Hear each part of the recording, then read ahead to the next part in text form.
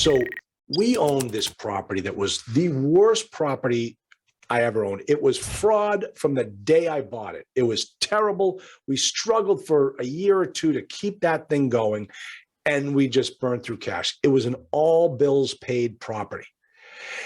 And we got down to 1 month and we're like, we got to pay the utilities because it's all bills paid and these people are going to be out the utilities. And the mortgage was due. And we didn't have enough money to cover both. So we called the bank, walk over you. And we said, hey, we got a problem. We got a cash flow problem right now. If we don't pay the utilities, they're going to shut it off. And we can't do the mortgage and the utilities. And they direct drew the mortgage out of the bank every single month. We said, can you hold off for a couple of days until we collect it? When they heard that we couldn't pay the utilities, they filed an emergency order in court the next day, trying to put this property into receivership and take control of the property. That's how it works. All right, when your bank is not your partner and they see something like that, they protect themselves right away and they get in there and they solve the problem. They have a lot more money to do it than you do.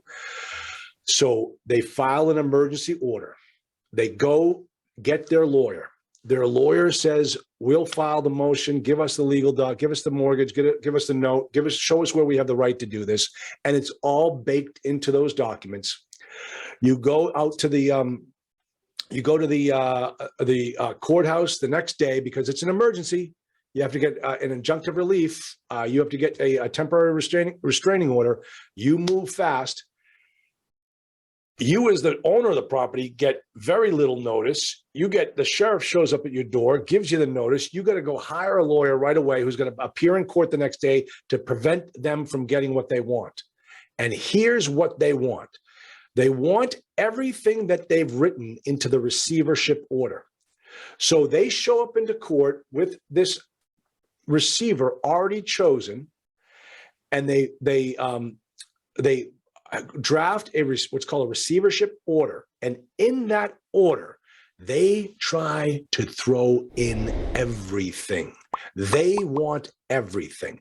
And it's your lawyer's job is to say, Your Honor, they're not entitled to deny my client the right to file bankruptcy. That's a federal law. They can't just go in there and step it. It's not written into the note. It's not written into the mortgage.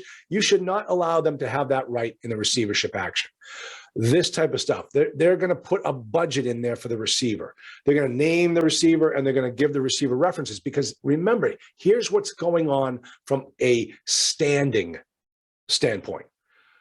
The bank wants the property back. They go into court to ask the court to give them the right to name an independent third party who is going to go in and run this asset while you and the bank duke it out. And the bank just so happens to be the one that chose that third party because this guy does a lot of work for the bank and they like him. But they have to prove to the court that it is independent third party, that these guys do not work for the bank, that they're going to do the right thing on behalf of the court, because essentially the receiver works for the court.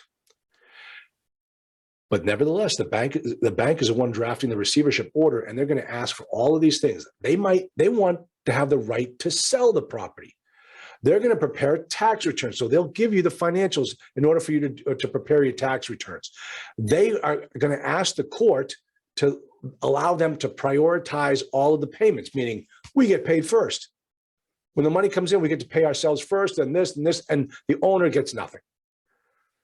And let me just move this thing here just so I can see this last part. And also they can borrow money as well. So let me just check this. Jeff, all states, it's all because you got the federal bankruptcy receivers, but this type of receivership is in state court. And one of the things the lawyers talked about was that you really they want to make sure they get a good judge who understands receivership, because these were telling war stories about, going to some podunk Podunk courthouse in East Oshkosh, and they get sit with some judge who the last time he saw a receivership action was when he was in law school, and they realized, oh, this is going to be terrible. But so those are the types of things that these lawyers are very concerned with when they're dealing with receiverships.